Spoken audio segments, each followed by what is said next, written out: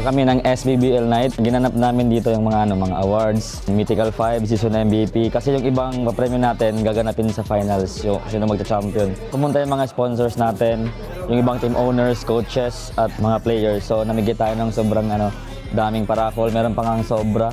So ipamimigay din natin yan. Kasi yung Republika ay nag-sponsor sa liga natin, SBBL. So dito natin ginanap, instead sa La Liga tayo dito na lang para support na din. Tapos naisipan ko, dagdagan yung buffet natin. So nag-add tayo ng lechon at nagbigay din ng dessert si Kuya Jasper ng Property Reno Envision.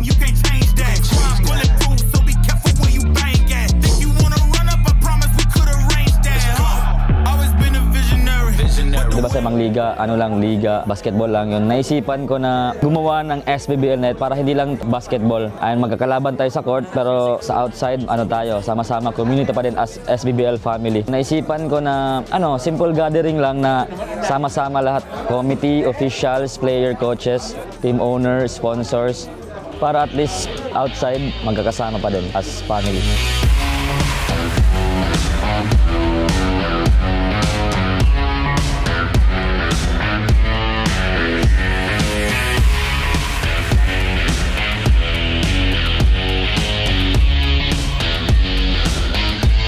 Kasi yung basketball nandyan lang yan Might work tayo after ng game. So at least sa liga may mga reklamo, may mga away-away. After ng mga games, at least sa labas, salo-salo tayo, sama-sama tayong kumain, sama-sama tayo mag-enjoy, paraffle natin para mabigyan natin ng kasiyahan yung mga players na makatanggap sila ng mga regalo galing sa SBBL family.